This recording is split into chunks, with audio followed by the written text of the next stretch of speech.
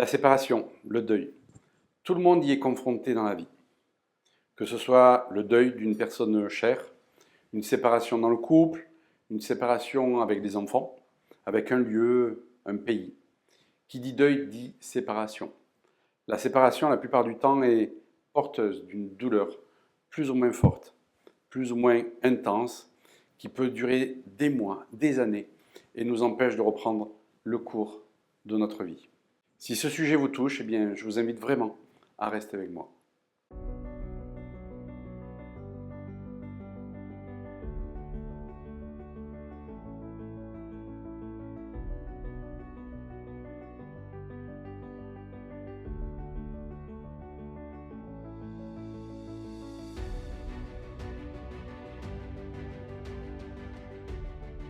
Bonjour, je suis heureux donc de vous retrouver pour une nouvelle vidéo.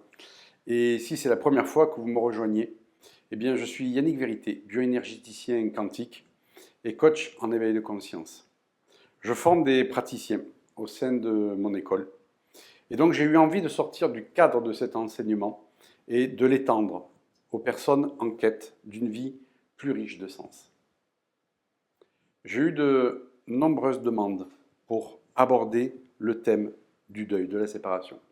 Comment faire son deuil quand on vient d'être séparé de l'être cher, qu'il soit décédé ou simplement sorti de notre vie?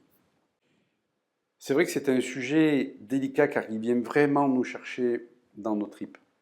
Et pourtant, la séparation, eh bien, elle fait partie de notre vie depuis tout petit, même si nous ne l'avons pas conscientisé. Le deuil, c'est un renoncement nécessaire. Renoncer à quelque chose ou quelqu'un que nous avions ou que nous aurions aimé avoir. Et dans le terme renoncer, il y a vraiment une démarche volontaire d'acceptation. La séparation du ventre de la mère, eh bien, c'est le premier deuil de la vie. C'est le deuil de la vie intra-utérine où nous trouvions bien au chaud. Et voilà qu'une personne, un gars, une femme, habillée en blanc, nous sort de cet endroit douillet. La plupart du temps, douillet. Parfois à grand renfort de forceps, voire de ventouse, pour ensuite nous taper dessus, nous envelopper dans un tissu qui n'est pas forcément très douillet. Tu parles d'un accueil. Eh bien, parfois nous sommes même séparés d'un autre dans le ventre de la mère, cet autre qui aurait dû peut-être arriver avec nous. Eh bien, cette séparation n'est pas vécue consciemment, mais elle peut nous marquer à vie, toute une vie. C'est le phénomène des gémillités réelles non abouties. Parfois, c'est la couveuse qui nous attend. Et là, c'est encore plus dur. Donc, vous l'avez compris, la naissance, c'est déjà une première séparation qui peut nous marquer profondément. Mais nous n'avons pas le souvenir conscient. Puis ensuite, il y a la séparation avec le sein, si on est allaité. La séparation avec maman, qui nous confie à la nounou. Donc le deuil d'être collé à maman. On a ensuite peut-être la naissance d'un frère, d'une sœur, le deuil donc de l'amour exclusif des parents vis-à-vis de nous.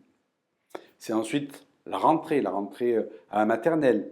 Eh bien, on va cheminer dans le deuil petit à petit de l'enfance pour passer ensuite à l'adolescence, puis le deuil de l'adolescence pour passer à l'âge adulte, le deuil du nid familial pour passer à la vie active, et enfin la construction de son propre nid, puis ensuite le deuil de la vie active pour passer à la retraite, et un jour le deuil de la vie terrestre pour la vie céleste. Entre-temps, on aura connu peut-être le divorce des parents, donc le deuil d'une famille unie, la séparation avec un conjoint, donc le deuil d'une relation, le décès d'un proche, une personne chère, même plusieurs, d'un animal de compagnie, etc., etc. Bien, la séparation, le deuil, ça fait partie de la vie, effectivement.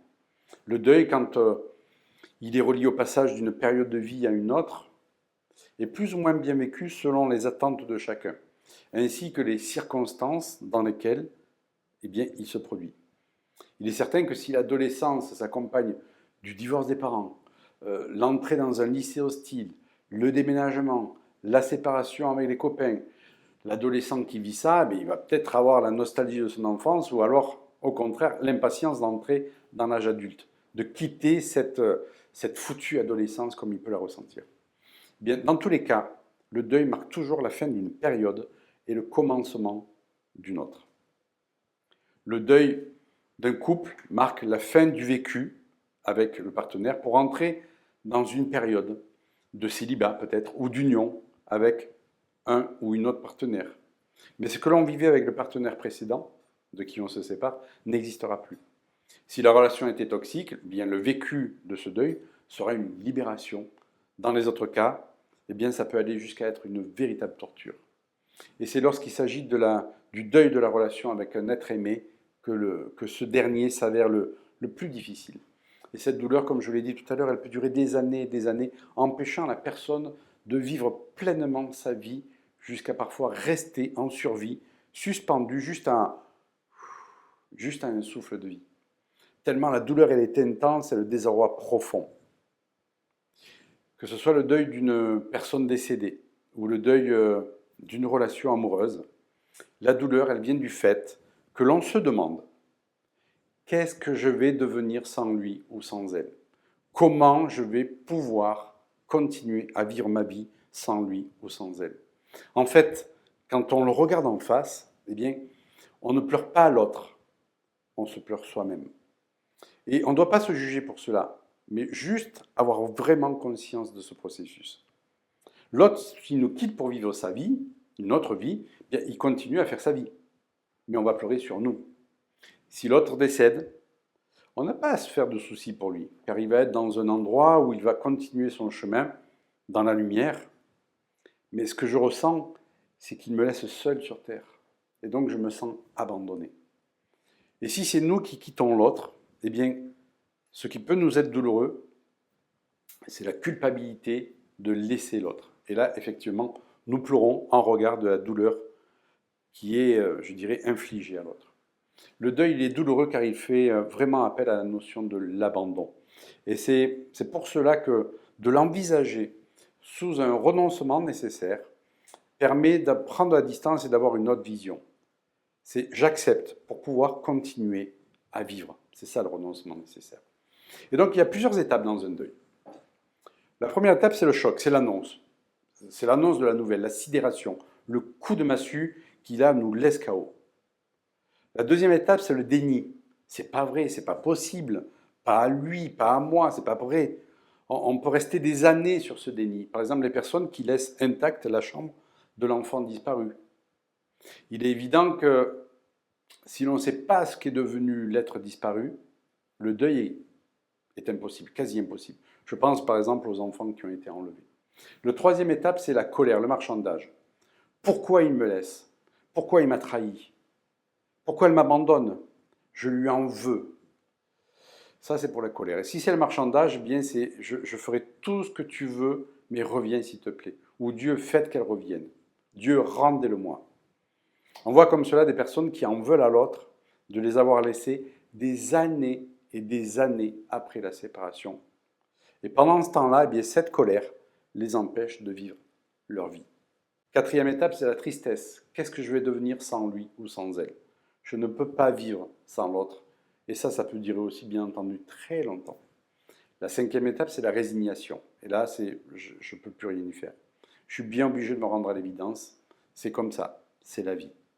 Beaucoup de personnes restent à ce stade du deuil et ne finissent pas le deuil, car il y a vraiment une pesanteur qui reste. On pense que c'est l'acceptation, mais c'est la résignation. Car la sixième étape, c'est l'acceptation. C'est je comprends et j'intègre que toute séparation fait partie de la vie. Cela fait partie du jeu de l'incarnation. La tristesse, la colère sont dépassés. Les sentiments lourds sont derrière. Et la septième, c'est la reconstruction. Septième étape. La projection dans l'avenir en intégrant l'expérience passée, même s'il reste des stigmates, bien entendu, de la blessure, et que l'on pense toujours à l'autre qui est parti. Eh bien, faire son deuil, c'est aller jusqu'à la reconstruction. Et donc, vous comprendrez que sur notre route, de nombreux deuils n'ont pas été forcément finalisés. Et ce n'est pas parce que vous n'avez plus de tristesse sur une séparation, eh bien, que vous avez fait votre deuil. Et ne pas arriver à faire son deuil, c'est laisser une partie de nous-mêmes dans le passé, un petit bout de notre âme, comme disent les Amérindiens. Alors, comment sortir de cet état? Comment se relever d'une séparation? Eh bien, on va voir ça en 9 points. Le premier point, c'est accueillir ce sentiment, cette douleur. Ne la refusez pas, au risque de vous refermer et de ne pas pouvoir faire votre deuil. Oui, j'ai mal, et je me donne le droit d'être en colère, je me donne le droit d'être triste. Accueillez ce sentiment, cette douleur. Le fait d'être triste, de pleurer, oui, j'accueille cela. Et ça, c'est valable, je dirais, pour le deuil d'une personne décédée, bien entendu. Et si vous avez de la colère, de la douleur, eh bien, sortez, allez dans la nature et hurlez cette colère. Ne gardez pas cette colère en vous. La deuxième étape, c'est prenez conscience que c'est votre enfant intérieur qui ressent l'abandon et non l'adulte que vous êtes. D'où vient ce sentiment d'abandon? Est-ce que je l'ai connu déjà enfant ou adolescent? Est-ce que je l'ai hérité d'un de mes deux parents? Est-ce que chez mes deux parents, il y a eu de l'abandon? Est-ce que ça me ramène à mon enfance? Ou peut-être dans le ventre de ma mère? Eh bien, pour cela, prenez un coussin dans vos bras. Imaginez que ce coussin, c'est votre enfant intérieur. Vous lui demandez de venir dans vos bras à cet enfant intérieur. Et vous voyez qu'il pleure. Et vous, là, vous devenez une mère pour lui. Vous le calmez, vous lui parlez, vous le dorlotez.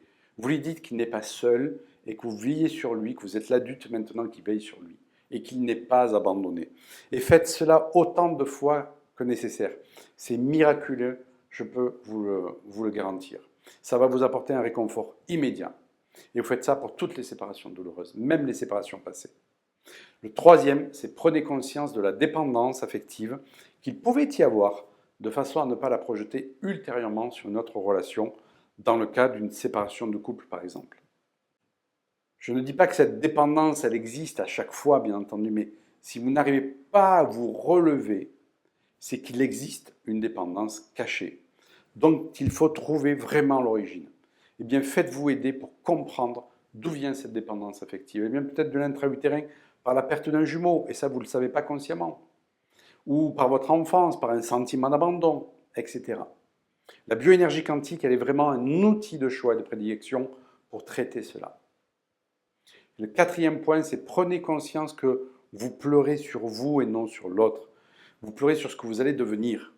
Et soyez conscient ou consciente que ce que vous allez devenir, c'est vous qui le créez, et non la personne qui a disparu ou qui est partie. Rappelez-vous-le sans cesse, lorsque vous êtes dans le désarroi, nul n'est censé ou nul n'était censé vous rendre heureux. Nul n'est censé ou n'était censé remplir ce vide que vous sentez là, maintenant. Demandez-vous surtout ce que l'autre a emporté avec lui quand il est parti et que vous avez peur de ne pas retrouver en vous retrouvant seul. Le cinquième levier, c'est vraiment, eh bien, pour travailler cette dépendance affective et aller chercher ce qui vous manque, eh bien, faites des choses pour vous. Faites des sorties, allez faire de l'art, une activité manuelle, faites du lien social, ne restez pas seul. Du sport, des activités de groupe, entrez dans une association, rendez-vous utile, rencontrez les autres. Non pas pour vous épancher sur vous-même, mais vraiment pour vous remplir en faisant des choses pour vous-même. Ne restez pas seul, c'est la dernière chose à faire. Bien entendu, ça ne va pas se faire dès le début, mais évitez vraiment de rester trop longtemps seul.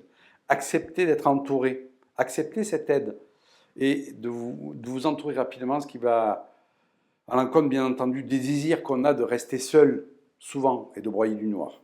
Eh bien, plus vite vous allez sortir de cette phase, plus ce sera, je dirais, facile. Le sixième point, c'est focaliser sur ce qui va bien dans votre vie. Travail, famille, santé, amis, restez focus sur tout ce qui vous nourrit dans votre vie, même s'il y en a peu. Posez vraiment un regard de gratitude sur ce que vous avez de positif dans votre vie. Je sais, c'est pas facile. Mais si vous êtes en vie, c'est que vous avez encore des choses à faire sur cette terre. Le septième point, c'est eh bien, souhaiter belle route à la personne partie, qu'elle soit décédée ou non. Vous êtes l'adulte qui maintenant veille sur votre enfant intérieur. C'est lui qui s'est senti abandonné et non l'adulte que vous êtes. Si l'être cher est décédé, parlez-lui. Il vous entend. Dites-lui qu'il vous manque, bien entendu, et il le sait, mais que vous allez prendre soin de vous, car c'est ce qu'il voudrait pour vous. Le fait de pleurer trop longtemps les morts a vraiment tendance à les retenir dans des plans peu élevés. Vous l'oublierez pas. On a toujours peur de ça. On a toujours peur d'oublier à un moment donné, si on continue sa vie, l'autre. Eh bien, et aussi, on ne s'autorise pas à faire sa vie. eh bien vous n'allez pas lui être infidèle si vous continuez votre vie.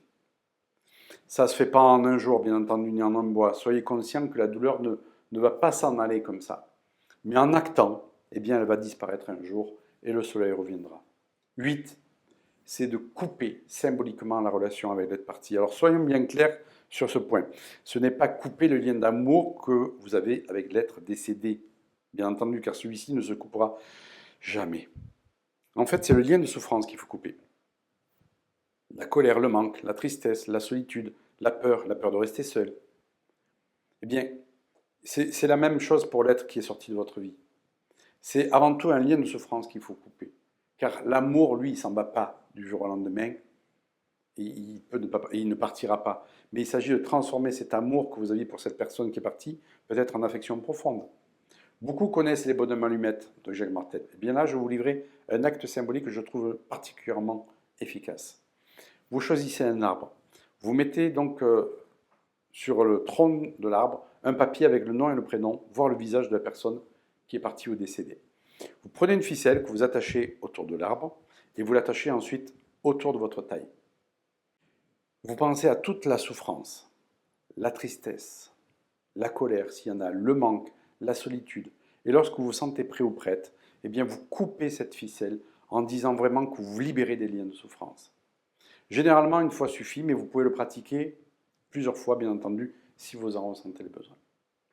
Et la 9e chose, c'est dans le cas où c'est vous qui quittez l'autre dans le couple, ne vous culpabilisez pas.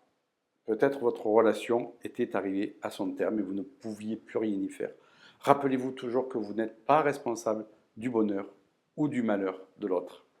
Et bien entendu, inversement. Chaque deuil nous ramène inconsciemment à la séparation apparente avec la source. Je dis apparente, pourquoi? Parce que nous n'avons pas été séparés de la source, mais nous en avons le sentiment. Et de ce fait, nous sentant coupés de cette lumière, de cette source originelle, nous avons tendance à penser, à croire que c'est l'autre qui nous a apporté la lumière dans notre vie, dans notre relation.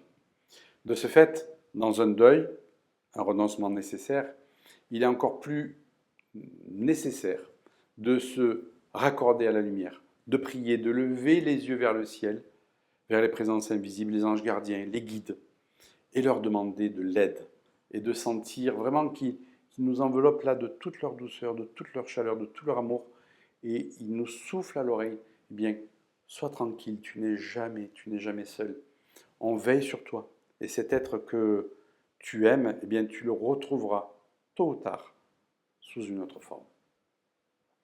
J'espère que cette vidéo vous aura été utile. C'était un sujet pas évident à aborder, hein. Et vraiment, pensez qu'un deuil, c'est vraiment effectivement un renoncement nécessaire.